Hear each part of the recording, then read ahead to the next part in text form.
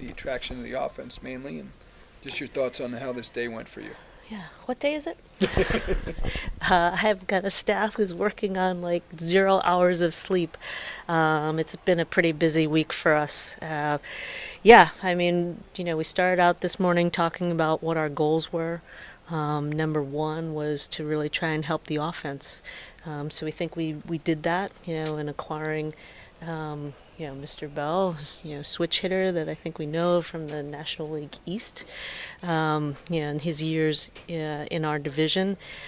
Switch hitter, lots of power. I think he's going to lengthen out the lineup quite a bit. And then Jake Berger, who we got from the White Sox, right-handed power bat, who we saw last month and is a really good young player that we're anxious to see here in this lineup. But it was really about lengthening out the lineup and trying to give our starters a little bit more support, as well as getting that traffic in that we've seen on the bases. Mm-hmm.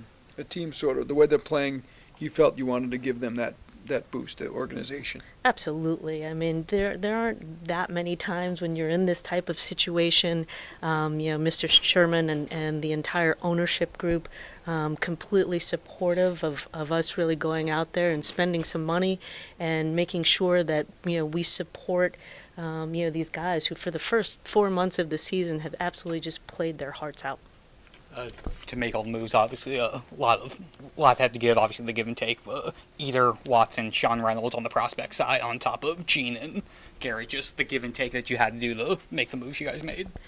Yeah, sometimes these conversations, they last a long time. Over the course of the last week or so, and it takes a while for these deals to come together. And you sit there and you haggle and it really depends on what comes across your plate. But at the end of the day, these were some big prospects from our system. But again, when you're in this type of situation, you just have to make sure that you treat that with care and that you understand how big a deal this is for the city and for the Marlins fans and for all those guys downstairs. And you have to do what you can to improve the club. One of the things you mentioned was for now and for the future. So do you think you didn't do too much to mortgage the future? No, don't think so. So, Jake Berger is very early in his major league career.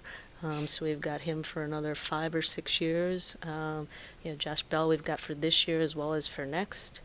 So we just felt like, these were good moves. Do you see Berger at third base, or he could play for some first, but what are you looking at?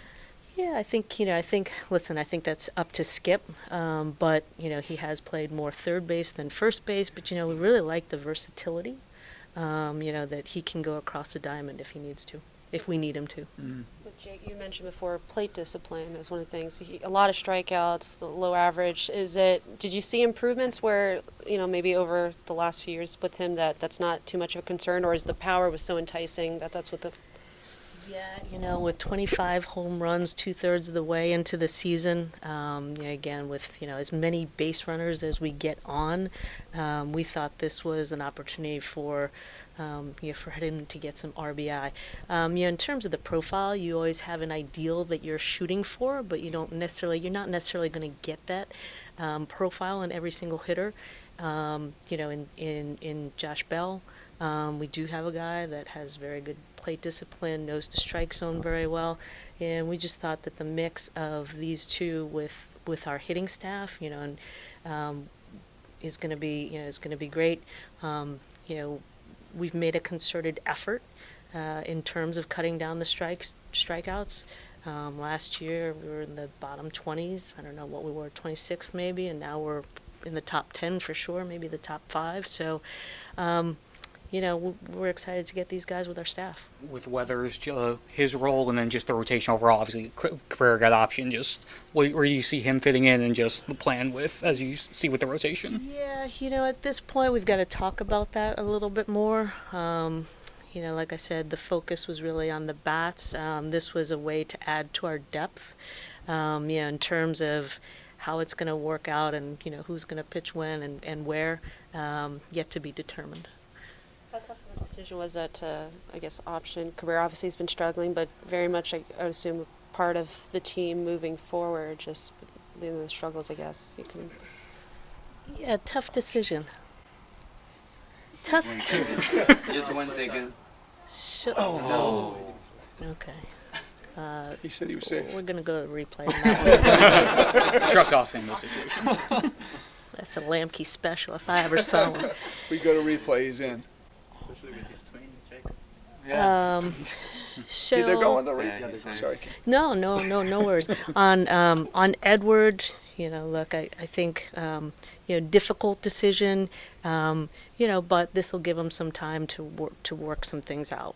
What was communication like with Bruce Sherman? You're adding a little bit over $9 million for next season with the trade of Robertson. So what was communication like with him? Communication was great.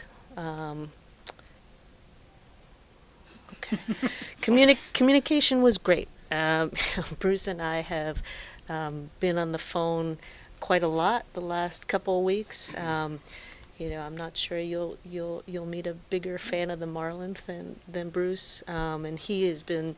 I just can't even tell you how excited he's been at how well the team has performed, and really, really just been completely supportive in us trying to improve the club and help these guys downstairs. How much of a priority was to address the catching position, and it seems like it was a pretty slow market in that position in general? Yeah, catching is hard. I think in the two catchers that we have, both work very well with our pitchers, and you're always trying to strike that delicate balance because it really is a lot of it is about their relationship, and so we considered it, but in the end felt that there were higher priorities. Coming into the start of the season, all the focus was really on starting pitching, which is understandable with the guys in the rotation. But, the way the bullpen has performed, the additions that you made at the deadline, Luis Ariz and Soler being all-stars, now the additions you've made at the deadline offensively, do you feel like you look at this team and feel good starting pitching, bullpen, and offense? I do. I mean, I feel like we've been able to balance it out a bit more without really giving up a ton. Well, let's see what this replay looks like.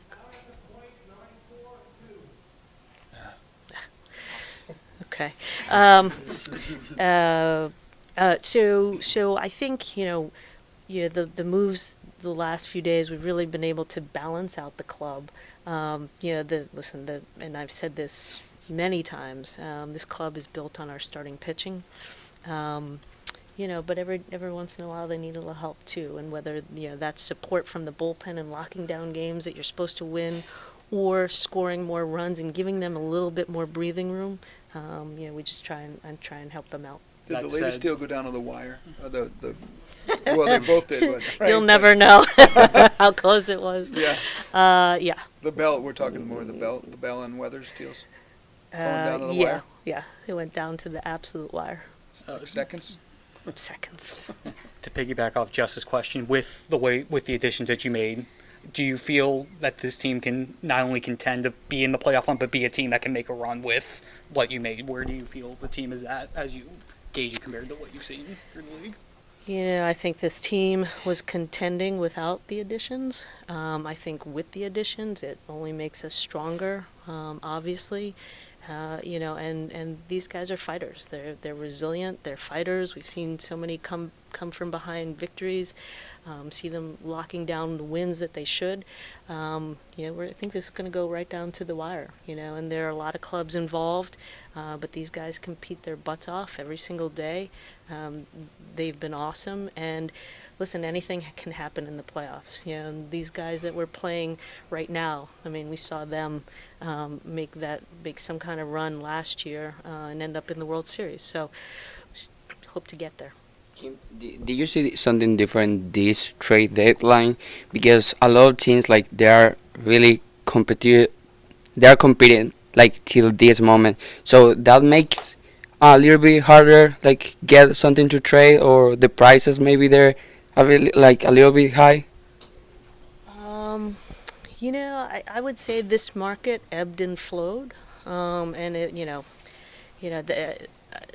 kudos to our staff. We were all working the phones really hard up until the very last second. But it seemed like the market, prices were very expensive in the beginning and then dropped a little bit and then got pricier again. And so it really, I think, and I've talked about this a little bit, just having conviction in what you're trying to do and knowing where your stopping points are really important in this process. And, we're just very fortunate to be able to accomplish our goals. Okay, I want to talk about starting pitching. What is the plan for Yuri Perez now? Make a couple starts in AA. What's the plan for him maybe from there to potential call-up back to the majors? Yeah, Yuri is down there working hard, and, we're going to have to see, with the pitching and how that really turns out up here and where guys are. But we're monitoring it.